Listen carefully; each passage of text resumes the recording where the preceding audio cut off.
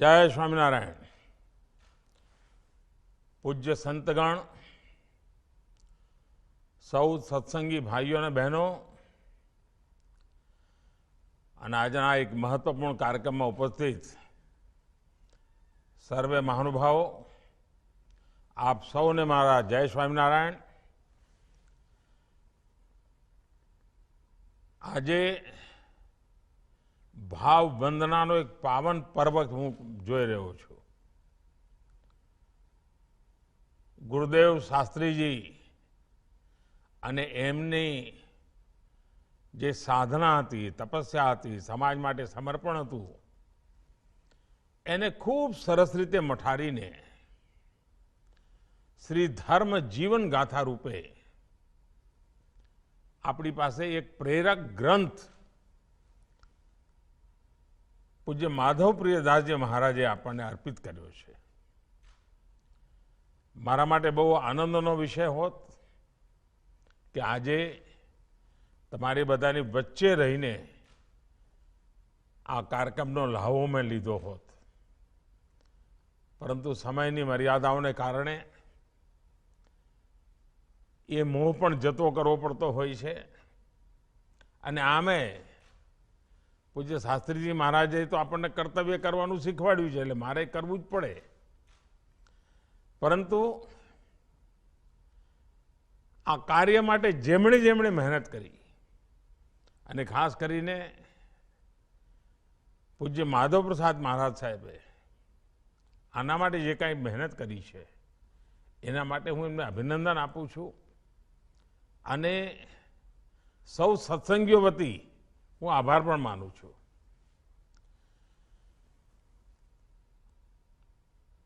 સામાન્ય રીતે આપણા દેશમાં ખૂબ બધું સરસ સરસ થતું હોય,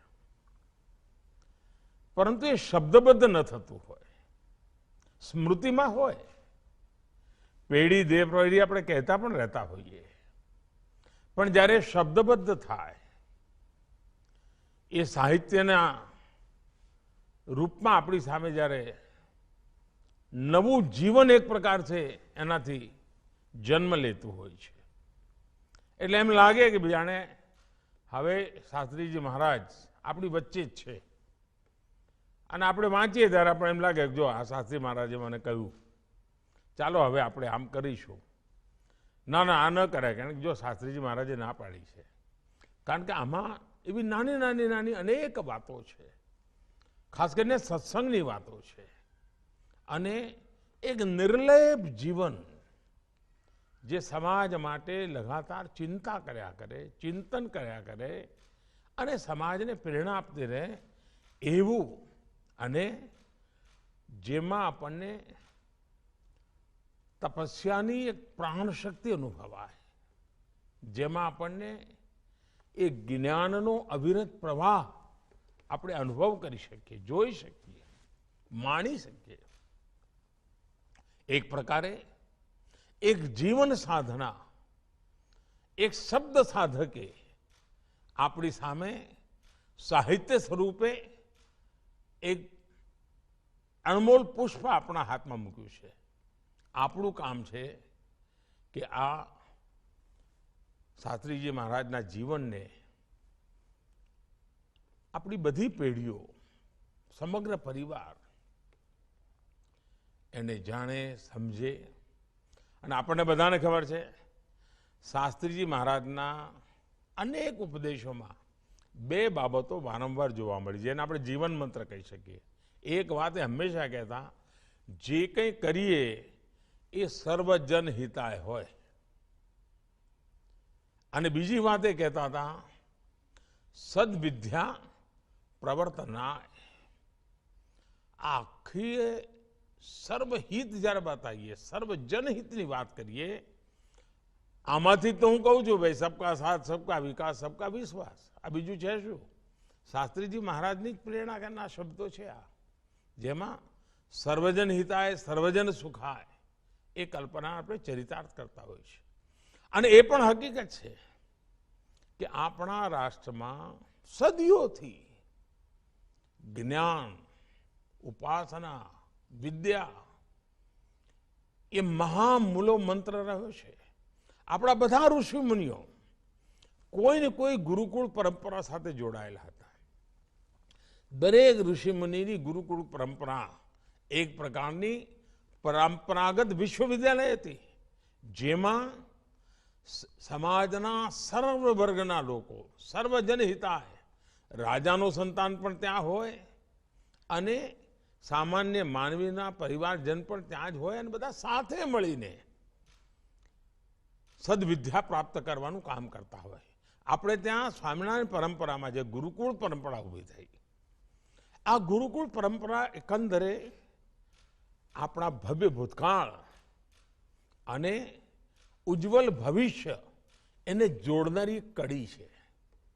સમાજના સામાન્ય વર્ગના વ્યક્તિને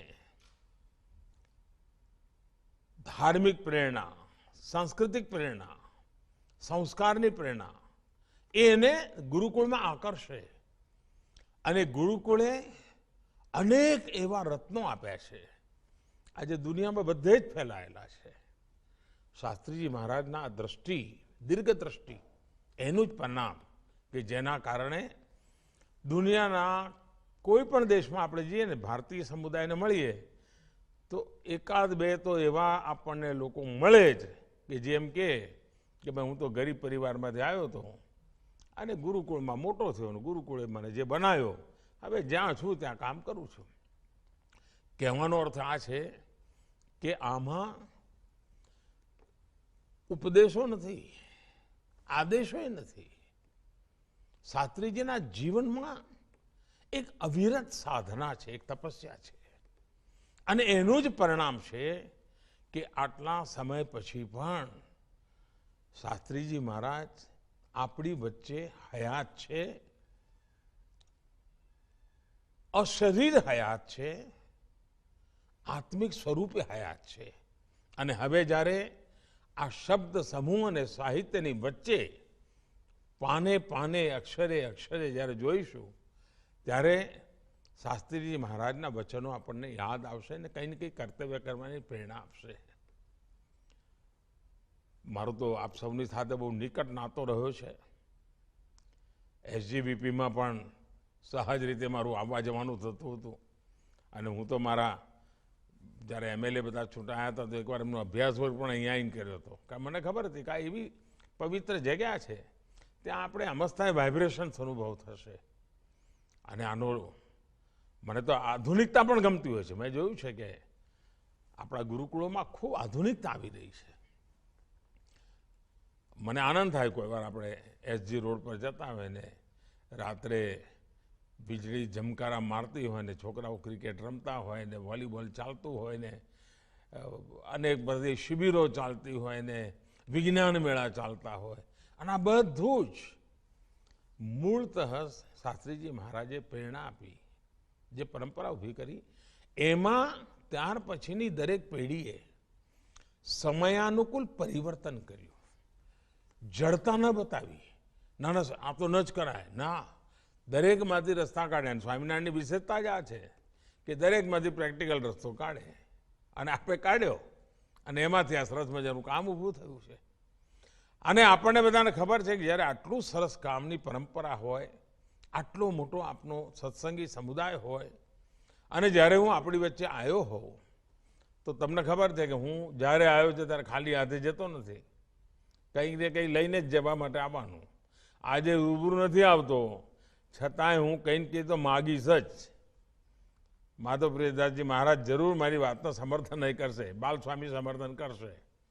હવે મને કહો કે હું જ્યારે તમારી વચ્ચે આવ્યો છું, રૂબરૂ આવ્યો તો જરા જોરથી વાત કરત, દૂરથી છું તો ત્યારે ધીમે કરું છું.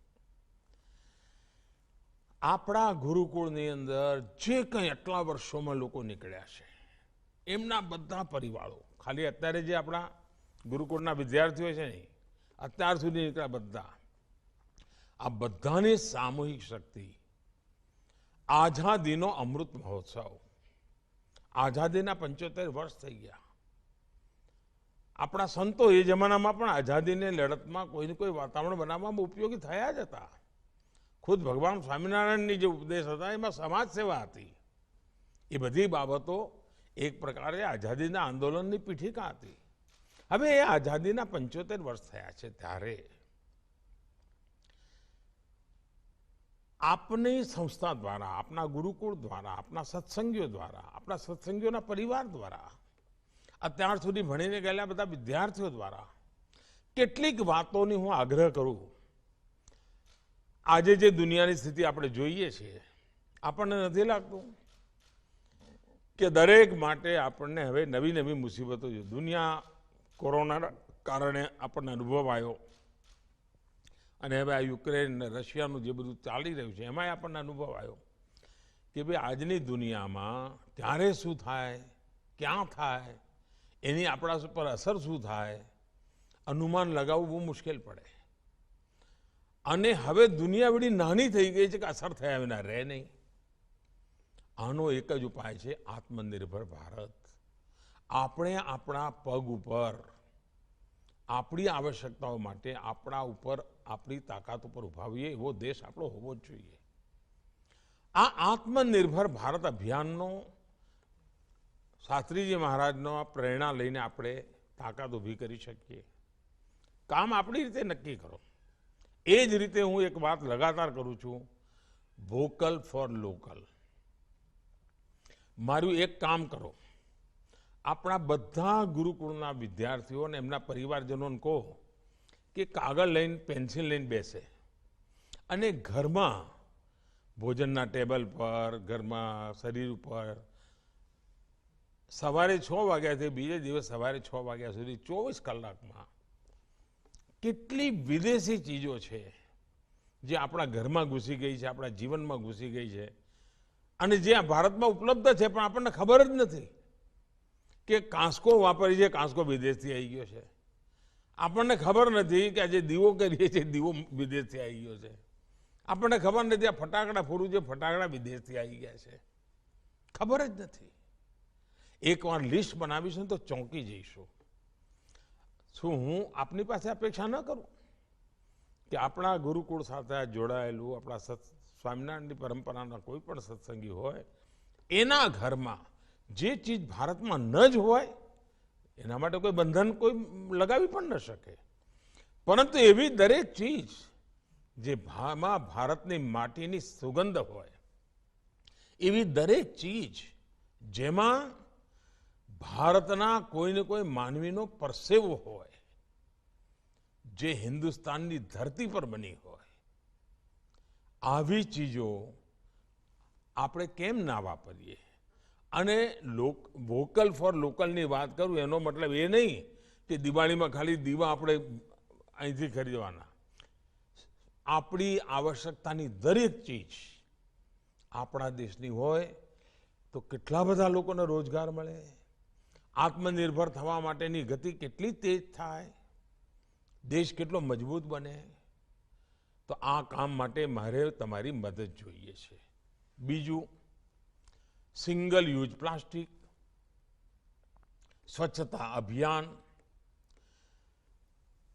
આપણા ગુરુકુળમાં ખાલી આપણું કેમ્પસ સ્વચ્છ રાખે એવું નહીં, આપણા મંદિર સ્વચ્છ રાખે એવું નહીં.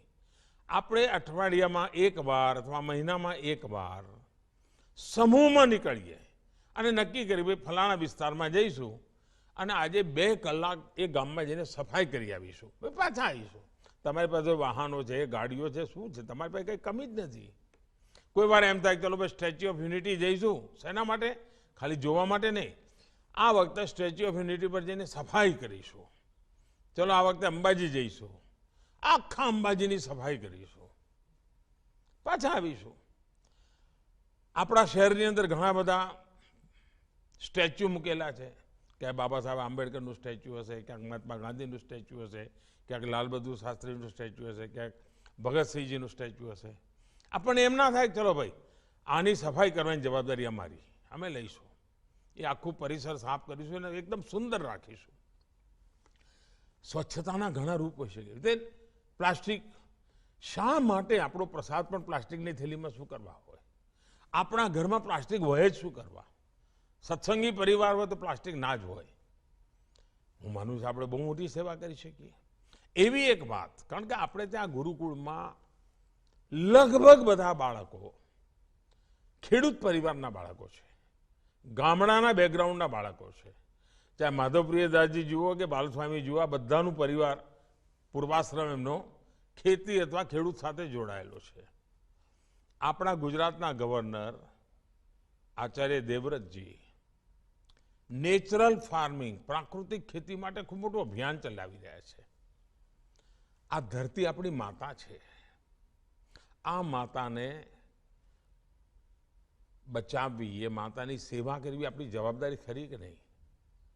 શાસ્ત્રીજી મહારાજે આપણને બધું કહેલું જ છે. તો આ ધરતી માતાને કેમિકલના ડોઝ આપીને આપણે કેટલા દિવસ એને રીબાવતા રહીશું? આ ધરતી માતાને આ બધા કેમિકલના ડોઝમાંથી મુક્તિ અપાય? આપણે ત્યાં તો સરસ મજાની ગીરની ગાયોનું ગૌશાળા પણ છે. અને પ્રાકૃતિક ખેતીની બધી જે પદ્ધતિઓ છે આપણા ગુરુકુળોમાં શીખવાડીએ. ગુરુકુળમાંથી બાળકો અઠવાડિયા માટે ગામડે જાય, ગામડે જઈને આ અભિયાન લોકોને ઘેર ઘેર શીખવાડે, દરેક ખેડૂતને શીખવાડે. અને ફર્ટિલાઇઝરની જરૂર નહીં, કેમિકલની જરૂર નહીં, કેમિકલ દવાઓની જરૂર નહીં, પ્રાકૃતિક ખેતી. હું માનું છું કે ગુજરાતની અને દેશની મોટી સેવા થશે અને શાસ્ત્રીજી મહારાજને સાચી શ્રદ્ધાંજલિ થશે. આ ગ્રંથ ઉગી નીકળ્યો એવું લાગશે આપણને. તો આજે જ્યારે આપની વચ્ચે આવ્યો છું તો સ્વાભાવિક રીતે મારા મનની વાતો અને ખૂબ આગ્રહ સાથે, અને ઘણીવાર તો મને લાગે માધવપ્રસાદજી જોડે બેઠો એટલે એમ લાગે કે મને હકથી કંઈક કહેવાનો, મને આદત જ થઈ ગઈ જેમ કહું તો ચાલે. તો આદત અનુસાર આજે પણ હકથી કંઈક માગી રહ્યો છું કે આપણા ગુરુકુળ, આપણા સત્સંગીઓ, આપણા બધા અત્યાર સુધી ગુરુકુળમાંથી નીકળ્યા પરિવારો આઝાદીના અમૃત મહોત્સવને એક નવા ઢંગથી મનાવે, નવે તરીકાથી મનાવે, નવી રીતે મનાવે અને સર્વજન હિતાય, સર્વજન સુખાય. આજે શાસ્ત્રીજી મહારાજનો સંકલ્પ છે, એને આપણે બધા મળીને પરિપૂર્ણ કરીએ. ફરી એકવાર હું રૂબરૂ નથી પહોંચી શક્યો, આજે સંદેશો જ ખાલી મોકલી શકું છું. એ બદલ સૌની ક્ષમા માગું છું અને સૌને બધાને મારા આજે ભાવવંદના પર્વની અનેક અનેક શુભકામનાઓ. આપ સૌને જય સ્વામિનારાયણ. ધન્યવાદ.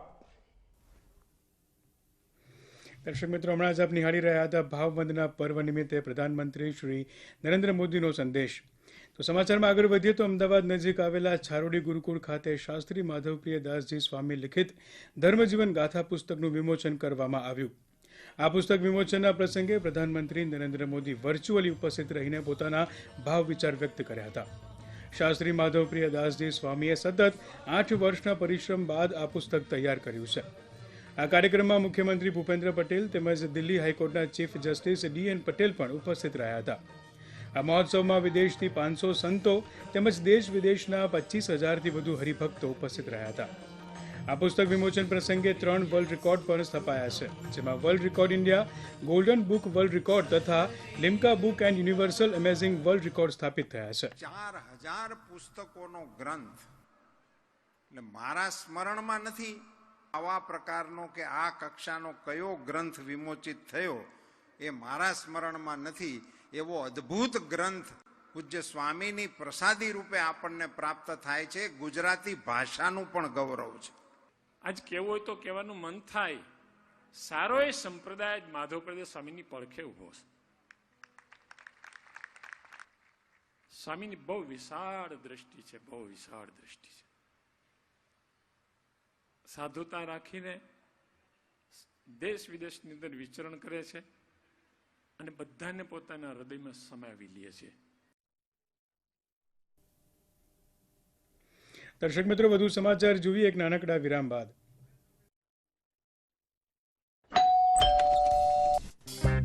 ગિફ્ટ આવી છે. અરે વાહ, લેજન્ડ નું બેટ. આનાથી હું રમીશ. અરે ફ્યુચર બેટિંગ લેજન્ડ હું છું. આના પર જેનું નામ લખ્યું છે બેટ એને જ મળશે. અરે યાર, જોયું? જો આના પર મારું નામ ન લખ્યું હોત તો કેટલી તકલીફ થઈ જાત. એટલે આરબીઆઈ કહે છે બેંક એકાઉન્ટ હોય કે બેંક લોકર હોય, એમાં નોમિનીનું નામ જરૂર નોંધાવો, જેથી તમારી જમા પૂંજી એને જ મળે જેને તમે નોમિની બનાવ્યા છે. આરબીઆઈ કહે છે જાણકાર બનો, સતર્ક રહો. વિરામ બાદ આપનું સ્વાગત છે. સમાચારમાં આગળ વધીએ તો મણિપુર તેમજ ઉત્તરાખંડમાં સરકાર ગઠનની તૈયારીઓ ચાલી રહી છે. તેમાં મણિપુરમાં મુખ્યમંત્રી તરીકે ફરીથી એન બિરેન સિંહને પસંદ કરવામાં આવ્યા હતા. ધારાસભ્ય દળની બેઠકમાં સર્વસંમતિથી આ નિર્ણય લેવામાં આવ્યો હતો. મણિપુરમાં પાર્ટી નિરીક્ષક નિર્મલા સીતારમણ, સહનિરીક્ષક કિરણ રિજિજુએ આ નિર્ણયને યોગ્ય ઠેરવીને આકાર આપ્યો હતો. તો બીજી તરફ ઉત્તરાખંડમાં સરકાર ગઠન માટે કેન્દ્રીય ગૃહમંત્રી અમિત શાહે રાજ્યના કાર્યવાહક મુખ્યમંત્રી પુષ્કરસિંહ ધામી તેમજ ભાજપ અધ્યક્ષ જેપી નડ્ડા સાથે બેઠક કરી હતી. Taken unanimously by everybody, and it will ensure that Manipur has a very good, stable and responsible government which will build further, because centre today under the leadership of Prime Minister Modi gives special attention to the northeast states, and therefore I think this decision will go a long way in providing Manipur stability and a good governance, together with all the MLAs who have won, because the people of Manipur have been so good in trusting and also giving the support by electing with majority BJP government. Bharat અને Australia વચ્ચે 21 માર્ચના રોજ દ્વિપક્ષીય શિખર સંમેલન યોજાશે. પ્રધાનમંત્રી નરેન્દ્ર મોદી તથા ઓસ્ટ્રેલિયાના પ્રધાનમંત્રી સ્કોટ મોરિસન વચ્ચે સાયબર સપ્લાય ચેઇન તથા હિન્દ પ્રશાંત ક્ષેત્ર અંગે મંત્રણાઓ કરવામાં આવશે.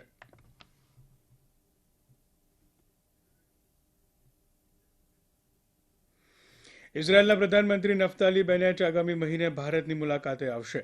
ઇઝરાયેલના પ્રધાનમંત્રી નફતાલી બેનેટ પ્રધાનમંત્રી મોદીના નિમંત્રણને માન આપીને સત્તાવાર રીતે તેમની પ્રથમ ભારત યાત્રા કરશે. આ જાણકારી ઇઝરાયેલના પ્રધાનમંત્રી કાર્યાલયે આપી હતી.